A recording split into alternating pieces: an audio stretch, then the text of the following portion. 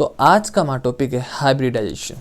ठीक है, इस टॉपिक को पढ़ने से पहले, इससे पहले क्या चल रहा था, मतलब इस टॉपिक को हमें क्यों पढ़ना है, इससे हमें क्या इन्फॉर्मेशन मिलेगी वो जानना ज़रूरी है। ना कि ताकि सीधा पढ़ पढ़ा के ना समझ के सीधा रट्टा मार के बस एग्ज़ाम की प्रिपरेशन करना, वो वाला नहीं है। हमें इससे पहले जो था वो समझने की इसमें नीड है।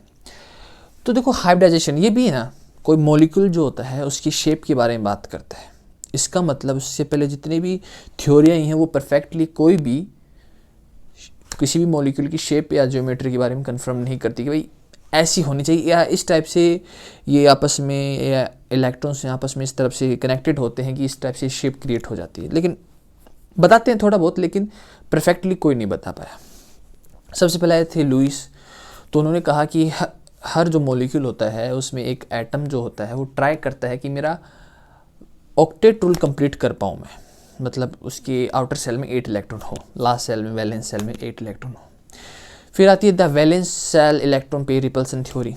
वो कहती है कि जो इसकी वैलेंस सेल में जो इलेक्ट्रॉन्स होते हैं ना, जैसे मान लो ये 2 एटम हैं, ये आपस में मॉलिक्यूल हैं और ये इनका जो और वैलेंस सेल है ये ओवरलैप करके बॉन्ड फॉर्मेशन करती है। तो आपको पता ही है ना कि कोई भी आपस में, कोई भी एटम आपस में बॉन्ड क्रिएट करते हैं या कोई मॉलिक्यूल, तो उनका जो लास्ट सेल होता है ना, जिसमें इलेक्ट्रॉन की कमी होती है, वही बॉन्ड फॉर्मेशन करता है, वही बॉन्ड क्रिएट करता है। ठीक है, तो the valence shell electron pair repulsion theory क्या कहती है कि भाई यहाँ पर इलेक्ट्रॉन आपस में रिपेल करते हैं एक दूसरे को नेगेटिव चार्ज के कारण, तो इनके बॉन्ड एंगल में चेंज आता है, और क्या बोलते हैं, ठीक है, इनकी बॉन्ड एंगल में चेंज आता है या इनकी ज्योमेट्री में चेंज आता है, इनकी शेप में चेंज आता है।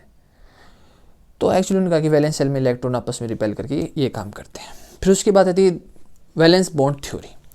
वो कहती है कि जो इसमें वैलेंस सेल में जो इलेक्ट्रॉन्स होते हैं ना, जैसे s ऑर्बिटल में कोई इलेक्ट्रॉन है या p में ऑर्बिटल में कोई इलेक्ट्रॉन है, तो ये आपस में हेड ऑन मिलते हैं, मतलब सिग्मा बॉन्ड क्रिएट करते हैं, पाई बॉन्ड क्रिएट करते हैं, और इस टाइप से ये इन्होंने शेप समझाने की कोशिश करी, लेकिन ये भी क्लियरली नहीं बता पाया।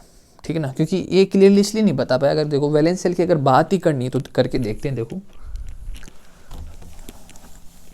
ये बता रहे हैं कि वैलेंस सेल का खेल है सारा, ऐसे करते हैं ऐसे करते हैं, लेकिन यहाँ पर एक क्वेश्चन ऐसे उठता है, जैसे देखो हमारे पास जैसे कार्बन है, कार्बन का अगर आप इलेक्ट्रॉनिक कॉन्फ़िगरेशन देखो तो होता है 1s2 2s2 2p2।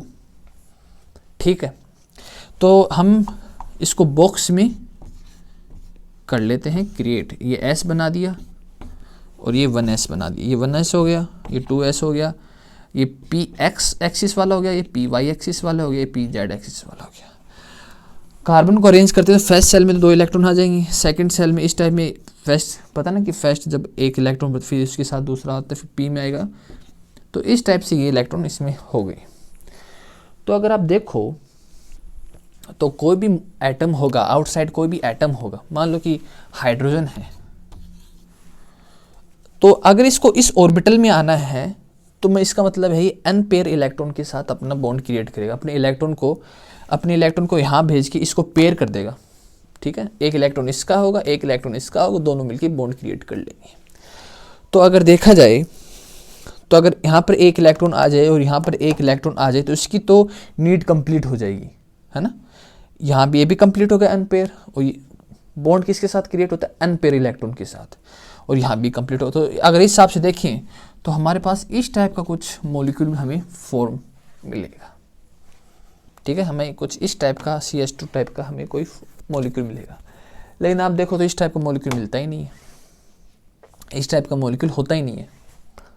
ठीक है, तो इसका मतलब इससे पहले जितनी भी थ्योरी थी, और लेकिन अगर हम इस टाइप का मॉलिक्यूल देखें, मीथेन, हमें इस टाइप का मिल जाता है, लेकिन इस टाइप का नहीं मिलता है। क्यों, है ना, मेन रीजन तो है क्यों। तो अगर अब इससे पहले जितनी भी थ्योरी थी वो ओनली वैलेंस सेल पे बात कर रही थी, ओनली वैलेंस सेल, लेकिन उसमें भी वो टोटली ऑर्बिटल में घुस के बात नहीं कर रहे थे। तो यहीं पर इसी बात को समझाने के लिए इससे पहले जितनी भी थ्योरी थी वो शेप और जियोमेट्री, उनकी जो बातें थी वो सूटेबल नहीं है अपने लिए। ठीक है ना, यहाँ पर हाइब्रिडाइजेशन एक नई बात आती है, ये पोलिंग एक साइंटिस्ट थे, उन्होंने बताया, उन्होंने एक नई अपनी बताया कि भाई हाँ, इस टाइप की मॉलिक्यूल क्यों मिलते हैं और इस टाइप के हमें मॉलिक्यूल क्यों नहीं मिलते। तो यहीं पर ये हाइब्रिडाइजेशन जो टॉपिक है ये निकल के आता है। तो इसमें सबसे पहली बात उन्होंने ये कही, जैसे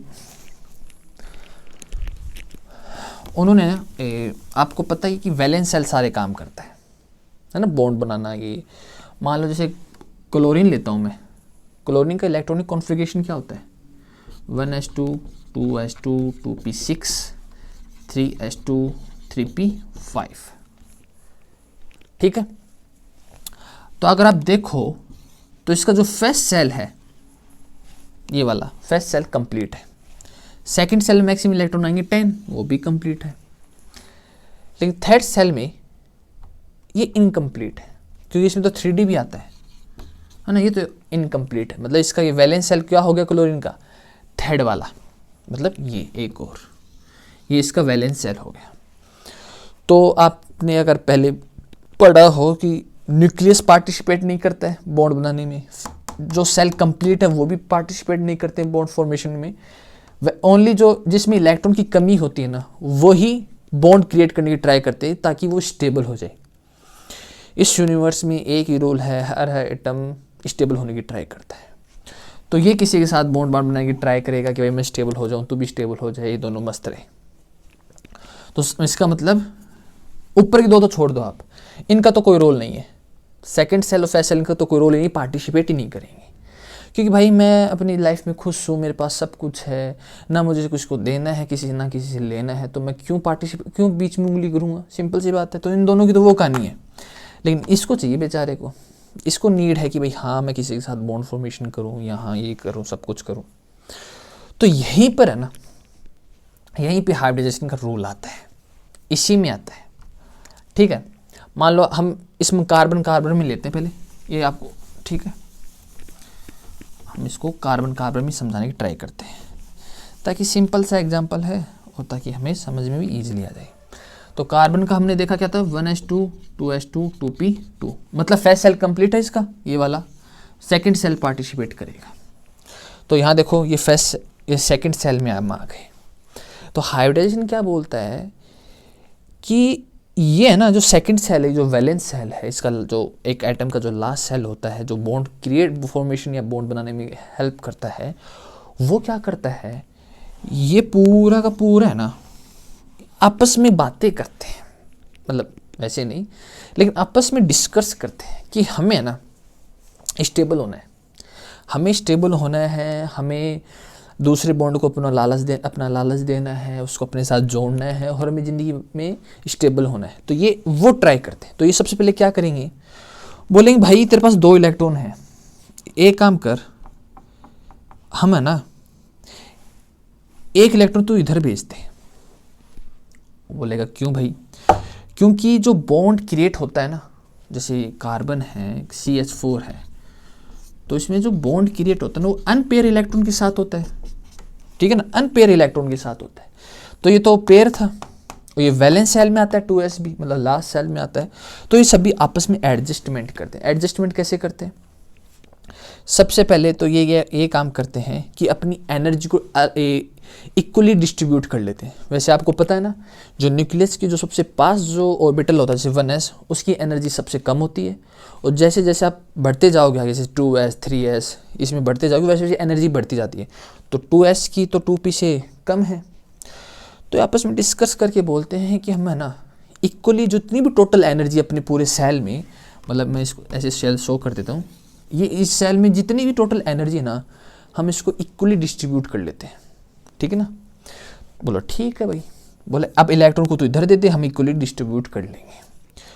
और शेप का क्या होगा, एक काम करते हैं, हम एक ही शेप में सभी के सभी आ जाते हैं, S तू भी आ जा, P में हम भी आ जाते हैं, ये तीनों बोलेंगे हम भी आ रहे हैं, S तू भी आ जा। सेम एनर्जी इक्वली इन्होंने डिस्ट्रीब्यूट कर दी, 25-25 ले ली ना, 25-25% इन्होंने ली, और शेप भी सेम कर ली उन्होंने।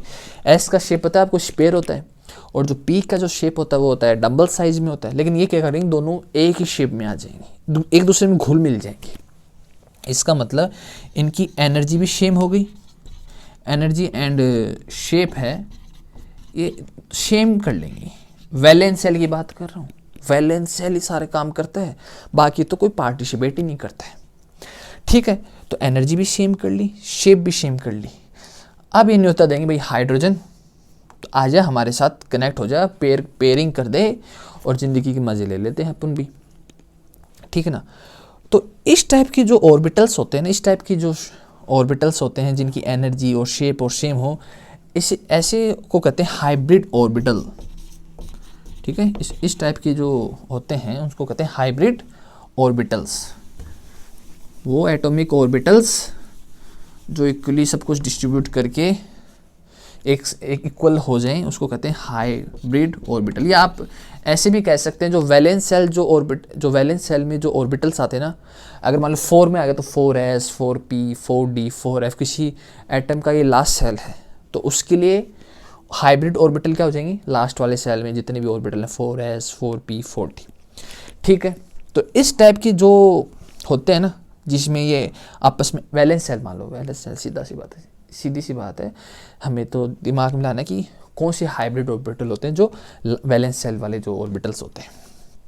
ठीक है, ये काम करते हैं। पोलिंग जो थे हमारे साइंटिस्ट, उन्होंने ये बताया कि इस टाइप से वर्क करते हैं। अब इस टाइप से वर्क करते हैं, जैसे यहाँ पर हाइड्रोजन है, अब हाइड्रोजन क्या करेगा, चलो अनपेयर है सभी के सभी, मैं एक इधर आ जाता हूँ, एक इधर आ जाता हूँ, एक इधर आ जाता हूँ, एक इधर, मतलब इधर एक हाइड्रोजन आ गया, इधर एक हाइड्रोजन आ गया, इधर आ गया और इधर आ गया। फिर यहाँ पर जाके CH4 ये मॉलिक्यूल हमें मिल जाता है। तभी उन्होंने कहा कि CH2 हमें क्यों नहीं मिलता और CH4 क्यों नहीं मिलता, ये हाइब्रिडाइजेशन अच्छी तरीके से बताता। देखो यहाँ पे अच्छी तरह से समझा रहा है कि ये सारे जो वैलेंस सेल वाले जो इलेक्ट्रॉन्स हैं ऑर्बिटल्स में, वो आपस में डिस्कस कर लेते हैं कि हम एक इक्वल हो जाते हैं। ठीक है, आई थिंक आपको समझ में आ गया कि हाइब्रिड ऑर्बिटल क्या होते हैं और जो इनकी एनर्जी और शेप ये सेम क्यों कर लेते हैं, क्योंकि सब कुछ स्टेबल होना है, ये सेम कर लेते हैं। और यहाँ पर कोई भी अब एटम आएगा बाहर से, ऐसे इनसे अनपेयर से पेयरिंग करके कनेक्ट हो जाएगा। ठीक है, आई थिंक आपको समझ में आ गया होगा कि हम हाइब्रिडाइजेशन होता क्या है। अब इसमें ना, ये तो चलो आपको समझ में आ गया। कंडीशन, इसमें कंडीशन क्या लागू होती है कि वैलेंस सेल वाले इलेक्ट्रॉन होने चाहिए, वही पार्टिसिपेट करेंगे और कोई पार्टिसिपेट नहीं करेगा इसमें। ठीक है, बाकी आपकी बुक में होगा, देख लेना, यही पॉइंट है सारे के सारे। इसमें मैंने आपको सारे मिक्स करके बता दिए, कंडीशंस या कोई पोस्टुलेट्स जो पॉइंट्स थे मैंने सारे मिक्स करके बता दिया। आप अलग अलग करके चाहे पढ़ लेना एग्जाम पॉइंट ऑफ व्यू से। ठीक है, अब इस टाइप से ये इन्होंने क्रिएट किया, लेकिन इसमें ना काफ़ी टाइप के इसमें ना ऐसे हाइब्रिडाइजेशन हो जाते हैं। जैसे सेकेंड सेल में SP हो सकता है, SP2 हो सकता है। चलो इसका भी एक वैसे ले लेते हैं। जैसे मान लो एक ऐसा हो सकता है ना कि SP हो, जैसे एक एग्जांपल है बेरिलियम डाइक्लोराइड। बेरिलियम का जो एटॉमिक नंबर होता है वो 4 होता है, तो ये क्या हो जाएगा 1s2 और 2s2, मतलब फर्स्ट सेल कंप्लीट है, इसको कोई लेना देना नहीं है। चलो, तो इसका मतलब सेकंड सेल इनकम्प्लीट है क्योंकि 2p भी आएगा, तो ये जो मेन रोल है ये क्रिएट करेगा। अगर आप इसका फर्स्ट सेल तो बनाना ही है अपने को, हमने को सीधा s जो हाइब्रिड ऑर्बिटल्स है ना वो क्रिएट करनी है। तो 2 में तो 2p तक ही आएंगे, तो यहाँ पे ठीक है 1s भी क्रिएट कर देते हैं। 2 इलेक्ट्रॉन तो इसमें आ गए, इसको तो कोई लेना देना नहीं है। 2s में यहाँ पर 2 इलेक्ट्रॉन आ गए। ठीक है, ये 2px है, ये 2py है और ये 2pz है, अलग अलग एक्सिस में। तो ये वैलेंस सेल है अपने पास, इसका लास्ट सेल यही है, या इसके आगे इलेक्ट्रॉन नहीं है, तो लास्ट सेल इसका ये है। अब ये बोलेगा भाई एक इलेक्ट्रॉन अपने को इधर दे दे, और है ना बाहर से 2 इलेक्ट्रॉन अपन 2 क्लोरीन है उनको ले लेंगे। तो एक क्लोरीन तो इसके पास आ जाएगा पेयर करके, और एक क्लोरीन इसके पास आएगा पेयर करके। तो इस टाइप में जैसे फॉर्मेशन होगा ना इनका, तो वो इस टाइप से होगा, एक तरफ बेरिलियम एक तरफ इस टाइप से कनेक्ट हो। मतलब एक तो इसकी जो क्लोरीन का, जैसे मान लो ये s ऑर्बिटल है, तो क्लोरीन का इधर क्या बोलते हैं, इसका p ऑर्बिटल से कनेक्ट हो जाएगा। और इसी तरफ इस टाइप में जैसे p ऑर्बिटल है, तो p ऑर्बिटल है, अगर आपने उससे पहले वैलेंस बॉन्ड थ्योरी पढ़ा हो तो ये आपस में हेड ऑन करके या क्या बोलते हैं साइड वाइज करके ये आपस में कनेक्ट हो जाते हैं और सिग्मा और पाई बॉन्ड क्रिएट करते हैं। ठीक है, चलो इसको छोड़ो, आप इसको सिंपली रखते हैं ज़्यादा कॉम्प्लिकेट नहीं करते हैं इसको, ठीक है। तो यहाँ पर एक Cl यहाँ जुड़ गया, और इस टाइप की जो शेप बनती होती है लीनियर, ये होता है S, क्योंकि एक S ने पार्टिसिपेट किया और एक P ने S पार्टिसिपेट किया, तो SP। अगर इसी टाइप से हम एक और एग्जांपल देखें, मान लेते हैं BCl3 अपने पास एक और एग्जांपल है। जो जो इसमें जो वर्क होता है ना, वो होता है सेंटर एटम का। ये तो बाकी तो बस ना हम क्या बोलते हैं, बिन बोला है बुमहान से बातें हो जाती हैं, क्योंकि तो कोई डिस्कस ही नहीं करता है। इनकी मेन जो होता है वो सेंटर एटम ही होता है। इसमें सेंटर जो एटम है, इस पर हम बात करते हैं, सारा डिस्कशन हम इसी के ऊपर करते हैं। अब बोरॉन का जो एटॉमिक नंबर होता है वो 5 होता है। तो सीधा इसका वैलेंस शेल क्रिएट करें, अगर हाइब्रिड ऑर्बिटल क्रिएट करें तो 2s में एक आ जाएगा और 2px में एक आ जाएगा। ये 2s है और ये 2p है।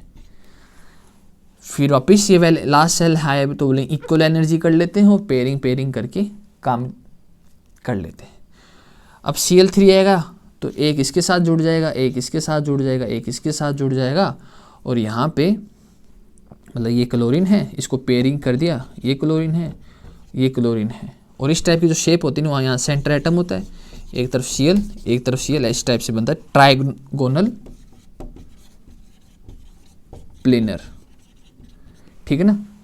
और इसमें कितने पार्टिसिपेट कर रहे हैं, एक s का ऑर्बिटल पार्टिसिपेट करता है, 2 p के ऑर्बिटल पार्टिसिपेट कर रहे हैं। तो इसका मतलब कौन सा हाइब्रिडाइजेशन है, sp2, मतलब p के 2 हैं, इसलिए 2 पार्टिसिपेट कर रहे हैं, ठीक है। और ट्राइगोनल प्लेनर इस टाइप की इनकी शेप होती है। अगर आपने द वैलेंस बॉन्ड थ्योरी पढ़ी हो, जैसे हेड ऑन इसमें सिग्मा बॉन्ड क्रिएट करते हैं, पाई बॉन्ड क्रिएट करते हैं, तो इस टाइप से ये होता है, ठीक है। चलो आगे और लेते हैं, आपको एकदम कंप्लीटली समझाते हैं इसको। देखो इसमें पूरे चैप्टर में molecular structure and chemical bonding में सारा खेल वैलेंस शेल का है। हम शुरू से लेके एंड तक इसको करते हम इसके एकदम ऑर्बिटल में घुस गए हैं। मतलब पहले हम केवल वैलेंस शेल की बात करते थे, अब इसके हम ऑर्बिटल्स की बात करते हैं। जैसे मान लो आपके पास NH3 है, ठीक है ना, NH3 है। अगर आप NH3 का देखोगे तो नाइट्रोजन का देखते हैं 1s2 2s2 2p3, तो फर्स्ट सेल कंप्लीट है। सेकंड सेल देखेंगे तो 2 इलेक्ट्रॉन इसमें आ जाएंगे, और 2p3 2s हो गई और ये 2p हो गया, तो 1 2 3, ठीक है। अब इसमें देखो, अगर एक बात आप देखोगे इसमें, अगर आप देखो तो ये फुल फिल है ना, ये फुल फिल है, ये ऑर्बिटल फुल फिल है, इसमें 2 इलेक्ट्रॉन आ रहे हैं। लेकिन कई बार क्या होता है, ऐसे भी केस होते हैं जिसमें ये भी पार्टिसिपेट करता है, कैसे न कैसे करके ये भी पार्टिसिपेट करता है ना। इक्वली एनर्जी है, क्या तो इलेक्ट्रॉन को निकाल देगा, मतलब एडजस्टमेंट करते हैं स्टेबल होने के लिए, क्या तो ये इस पे ये तो क्या इलेक्ट्रॉन को निकाल देगा, क्या इलेक्ट्रॉन को ले लेगा। तभी तो कहीं के ऊपर आपको प्लस या नेगेटिव चार्ज दिखाई देता है, क्या तो ये इलेक्ट्रॉन को निकाल लेगा, क्या ले लेगा। तो ये भी रोल, ऐसे भी कुछ होते हैं कि रोल निभाते हैं। हाइब्रिड ऑर्बिटल्स में, सारे ऑर्बिटल्स में जो भी इलेक्ट्रॉन होते हैं ना, ये हाइब्रिड है अपने पास, और इसमें जितने भी इलेक्ट्रॉन्स हैं वो रोल निभाते हैं बॉन्ड फॉर्मेशन में, सभी के सभी, चाहे वो फुल फिल हो चाहे हाफ फिल हो, वो रोल निभाते हैं। तो देखो यहाँ पे ये भी पार्टिसिपेट कर रहे हैं, ये पार्टिसिपेट करेगा, वैलेंस शेल में है तो पार्टिसिपेट करेगा पी में। इसका मतलब S का 1 कर रहे हैं और P का 3 कर रहे हैं, तो ये हाइब्रिडाइजेशन हो गया sp3। तो ये तो फुल फिल है, इसमें तो इलेक्ट्रॉन नहीं आएगा, इसमें तो इलेक्ट्रॉन नहीं आएगा, लेकिन पार्टिसिपेट कर रहा है। रिमेंबर, वैलेंस शेल में हर ऑर्बिटल पार्टिसिपेट करता है, चाहे वो फुल फिल हो हाफ फिल हो कैसे भी हो। और हाइड्रोजन के 3 आएंगे, एक इसके साथ पेयरिंग कर लेगा, एक इसके साथ पेयरिंग कर लेगा, एक इसके साथ पेयरिंग कर लेगा, और इसको कंप्लीट कर देंगे। और इस टाइप के जो होते हैं ना, वो हो जाएंगी sp3। और इस टाइप की जो शेप होती है उसको कहते हैं टेट्राहेड्रल। इस टाइप की जो शेप होती है उसको हम कहते हैं टेट्राहेड्रल, ठीक है। मान लेते हैं अपने पास एक और एग्जांपल, जैसे pf5 है, ठीक है, जैसे अपने पास एक एग्जांपल ये है। तो अगर हम फॉस्फोरस की बात करें तो फॉस्फोरस का जो इलेक्ट्रॉनिक नंबर होता है, एटॉमिक नंबर होता है, वो होता है 15। और इसका अगर हम इलेक्ट्रॉनिक कॉन्फ़िगरेशन देखें तो इधर देखते हैं 1s2 2s2 2p6, मतलब सेकंड सेल तक कंप्लीट है मामला। ये दो पार्टिसिपेट नहीं करेंगे तो थर्ड सेल में आते 3s2 3p3, मतलब थर्ड सेल वैलेंस सेल में आ गए, इसके लास्ट सेल में फॉस्फोरस के। इसका क्रिएट करते हैं डायरेक्ट, तो यहाँ पर 3s क्रिएट कर देते हैं क्योंकि पार्टिसिपेट ही ये करेंगे, और यहाँ पर 3p कर देते हैं। इसमें डी ऑर्बिटल भी है, रिमेंबर इसमें 3d भी आएगा, लेकिन इलेक्ट्रॉन यहाँ 3 तक ही आ रहे हैं तो इसलिए। तो इसमें 2 इलेक्ट्रॉन आ जाएंगे, इसमें 1 इलेक्ट्रॉन आ जाएगा, इसमें 1 इलेक्ट्रॉन आ जाएगा। ठीक, इसमें 2 इलेक्ट्रॉन आ रहे हैं, इसमें ये 3px है, 3py है, 3pz है। ये वैलेंस सेल में आ गए। अगर आप देखो तो इसके पास 2 इलेक्ट्रॉन हैं, इसमें 1 इलेक्ट्रॉन आ जाएगा, क्योंकि आपने उससे पहले हॉर्न्स रूल पढ़ा हो तो सबसे पहले क्या रूल होता है कि पहले 1 इलेक्ट्रॉन आता है, बाद में 2 एक वापस 1 इलेक्ट्रॉन आता है, ये रूल होता है ना। ये 2 इलेक्ट्रॉन है तो 3d ऑर्बिटल है वो भी अपने रोल में आ जाएगा। बोलेंगे हम क्यों बैठे, हमें भी, तो 1 इलेक्ट्रॉन ये इधर आ जाएगा। वैलेंस सेल में सभी ऑर्बिटल्स की एनर्जी क्या है, इक्वल है, तो इक्वल है तो ये ईजिली यहाँ आ जाएगा। सब साजिश करते हैं इसमें, एडजस्ट है, कन्वर्जेशन होती है इनके बीच में कि भाई साहब अपने को कैसे ना कैसे स्टेबल होना है, तो इस टाइप से। अब इसमें देखो 5 है, ठीक है, तो एक तो S का पार्टिसिपेट कर रहा है, 3 P के पार्टिसिपेट कर रहे हैं, और एक D का भी आ गया, एक D का भी आ गया। और जैसे PF है, फ्लोरीन है, तो एक इसके साथ आ जाएगा फ्लोरीन, तू आ जा, एक इसके साथ आ जाएगा फ्लोरीन, तू भी आ जा, एक इसके साथ आ जाएगा फ्लोरीन, इसके साथ आ जाएगा फ्लोरीन, और एक इसके साथ आ जाएगा फ्लोरीन। तो इसमें कौन सा हाइब्रिडाइजेशन हो रहा है, S P के 3 ले रहे हैं पार्टिसिपेट और D का 1 ले रहा है, sp3d। और इनकी जो शेप बनती है ना, और टेट्राहेड्रल की आपको पता है ना, चलो इसकी जो शेप होती है वो इस टाइप से होते हैं, बीच में जैसे अपने पास P है, इस तरफ एक Cl निकलेगा, सॉरी F निकलेगा, इस तरफ F निकलेगा फ्लोरीन ऊपर। इसको हम 3D में देखेंगे, ठीक है ना, एक ऊपर F, इसमें 3D में होगा ये इस तरफ से निकलता है, इस तरफ ये 3D में, ये 2D में हमने ऑन बोर्ड शो किया है, लेकिन वैसे 3D में देखते हैं, ऊपर से देखते हैं इनको, ठीक है ना। बुक में देख लेना, उसमें आपको क्लियरली दिखाया गया है, ठीक है। तो और अगर आप ट्राइगोनल को देखें, टेट्राहेड्रल को देखें, सॉरी, तो टेट्राहेड्रल में कुछ नहीं होता, बस ऐसे ही कुछ इस टाइप में होता है टेट्राहेड्रल में। रुको, क्या था अपने पास NH3, तो कुछ इस टाइप का होता है, उसमें इधर एक होगा, इधर एक होगा, इधर होगा एक, और ये भी 3D में होगा, ठीक है ना। ये जो है ना, इस तरफ जो बॉन्ड हमने दिखा रहा है शो करने, ये पीछे की तरफ होगा, मतलब बुक में देख लेना, आपको क्लियर समझ में आ गया। ये समझ में आ गया, आई थिंक समझ में आ गया होगा आपको। इसमें हम एक और देख लेते हैं लास्ट, तो वो भी आई थिंक आपको समझ में आएगा। मतलब वैलेंस सेल में जितने भी ऑर्बिटल्स आते हैं ना, वो सारे पार्टिसिपेट करते हैं, वो सब डिस्कस करके एकदम एडजस्टमेंट करके सारा काम करते हैं, बड़े समझदार होते हैं, ठीक है। जैसे ये हम एक और एग्जांपल लेते हैं, सल्फर और ये F6, ठीक है। तो अगर सल्फर का इलेक्ट्रॉनिक कॉन्फ़िगरेशन देखिए, इसका एटॉमिक नंबर होता है 16, तो 1s2 2p6, मतलब सेकंड सेल तक हमें कोई लेना देना नहीं है, ये पार्टिसिपेट भी नहीं करेंगे, तो 3s2 3p4। और इसका हम क्रिएट करें तो 1 2, वैसे तो नॉर्मली हम ऐसे क्रिएट करेंगे 1 1 1 1, और ये 3p है पूरा, ये वैलेंस सेल है। तो वैलेंस सेल में इक्वल एनर्जी है, तो इलेक्ट्रॉन इजीली इधर उधर जा सकते हैं। तो 2 इलेक्ट्रॉन, एक तो इसका निकल के इधर आ जाएगा और एक इसका निकल के इधर आ जाएगा, ठीक है। ये हो गया अपने पास 3D। अब जो फ्लोरीन है, फ्लोरीन आएगा, एक इसके साथ जुड़ जाएगा, पेयरिंग कर देगा, एक इसके साथ पेयरिंग कर देगा, एक इसके साथ पेयरिंग कर देगा, एक इसके साथ पेयरिंग कर देगा, एक इसके साथ पेयरिंग कर देगा, एक इसके साथ पेयरिंग कर देगा, ठीक है। और देखो तो आप कितने पार्टी, एक तो S कर रहे हैं, 3 p के कर रहे हैं और 2 d की ऑर्बिटल पार्टिसिपेट कर रहे हैं, तो इसका हाइब्रिडाइजेशन हम क्या कहेंगे, sp3d2। और ये कैसी शेप में होते हैं, ये होते हैं जैसे ये कुछ ऐसी शेप में होते हैं। 3D में बार बार कह रहा हूँ, 3D में देखना इसको, ये हम ऑन पेपर शो करने के लिए ऐसे दिखा रहे हैं, 3D में देखना। तो इस टाइप से अरेंजमेंट होता है इनका, ये पीछे की तरफ होते हैं, ठीक है। sp3d2 और भी होते हैं dsp2 d, वैसे आप कितना ही कर लो, वैलेंस शेल में तो d भी आता है और f भी आता है, f ऑर्बिटल भी आता है आगे जाके, क्योंकि spdf तो f ऑर्बिटल भी आता है। तो जितना चाहो उतना कर लो, dsp3 और d2sp3, तो ये आगे जाके और भी हो सकते हैं, और ज़्यादा भी हो सकते हैं, कितने भी हो सकते हैं, है ना। जहाँ तक हमें एटम मिलता है, एटम के नंबर को देखो, उस हिसाब से होता जाएगा। तो ये पोलिंग जो साइंटिस्ट थे उन्होंने ये बताया कि ये इस तरफ से अपनी जो लास्ट सेल होता है, जो वैलेंस सेल होता है इनका, उसमें सभी ऑर्बिटल्स आपस में कन्वर्जेशन करते हैं कि भाई अपने को किसी के साथ बॉन्ड क्रिएट करना है, एडजस्टमेंट कर लो अपने के साथ ही, ठीक है ना। और उस टाइप से अपने आप को इक्वल एनर्जी में डिस्ट्रीब्यूट कर लें, सभी की सभी, मतलब जितनी एनर्जी है इक्वल बांट लेंगे, सेम शेप में आ जाएंगे।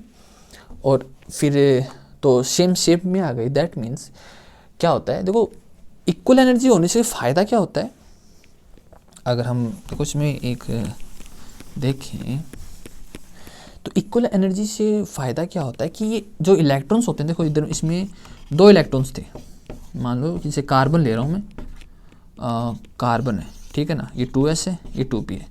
तो इक्वल एनर्जी से क्या फ़ायदा होता है, न्यूक्लियस के पास जो ऑर्बिटल होता है ना, सबसे पास जो ऑर्बिटल है 1s, उसकी एनर्जी सबसे कम होती है, फिर बढ़ती जाती है। अब इसकी एनर्जी ज़्यादा है 2s के कंपैरिजन में। अगर अब इस इलेक्ट्रॉन को हमें इधर लाना है ना, इसको एनर्जी की रिक्वायरमेंट होगी, हमें आउटसाइड से कोई एनर्जी प्रोवाइड करवानी पड़ेगी इसको, तभी p में उछल के जाएगा, ठीक है। इसको हमें कोई आउटसाइड से एनर्जी प्रोवाइड करवानी पड़ेगी तो यहाँ उछल के जाएगा। लेकिन पोलिंग आए, पोलिंग बोले कि वैसे चलो ठीक है, जब सिंगल रहता है ना, जैसे कार्बन अकेला है, तब तो हमें ऐसी रिक्वायरमेंट की नीड होगी। लेकिन जब ये आपस में बॉन्ड क्रिएट करता है ना किसी दूसरे के साथ, तो उसको उसकी प्रॉपर्टी देख के, उसका एडजस्टमेंट देख के ना, ये सभी के सभी आपस में डिस्कस करा के इक्वली एनर्जी को डिस्ट्रीब्यूट कर लेते हैं। फिर इसको यहाँ से यहाँ ले जाने में बिल्कुल भी एनर्जी की नीड नहीं होगी हमें आउटसाइड की, ईजिली यहाँ से यहाँ चला जाएगा। अगर आपने पहले स्ट्रक्चर ऑफ एटम पढ़ा हो तो मैं क्या बता रहा हूँ आपको समझ में आ गया होगा, नहीं तो भगवान मालिक, ठीक है। तो ये इक्वल एनर्जी है तो इजीली यहाँ से चला गया। तो ये कुल मिला के अपने पास हाइब्रिडाइजेशन होता है। वैलेंस शेल में जो ऑर्बिटल्स होते हैं वो पार्टिसिपेट करते हैं, उनमें एटम आते हैं, आपस में इक्वल एनर्जी करते हैं, शेप करते हैं, और लास्ट में हमें इस टाइप से कुछ हाइब्रिडाइजेशन मिलते हैं और कुछ शेप मिलते हैं हमें। तो ये देखो थोड़ा कन्विंसिंग है, थोड़ा कन्विंसिंग है। जो इससे पहले जो आए थे ना, जो साइंटिस्ट आए थे, जो उन्होंने टॉपिक बताए थे, उससे ज़्यादा तो मोर कन्विंसिंग ये लगता है, क्योंकि कुछ ऐसे मॉलिक्यूल फॉर्म होते हैं, कुछ ऐसे नहीं होते हैं, लेकिन ऐसे होते हैं क्यों, तो उनका रीज़न हमें यहाँ मिल सकता है, ठीक है ना, उनका रीज़न हमें यहाँ मिल सकता है, ठीक है। आई थिंक आपको समझ में आ गया होगा कि ये कैसे वर्क करता है हाइब्रिडाइजेशन, ठीक है। इसके बाद हमारा टॉपिक आता है मॉलिक्यूलर ऑर्बिटल थ्योरी, ठीक है, वो देखते हैं।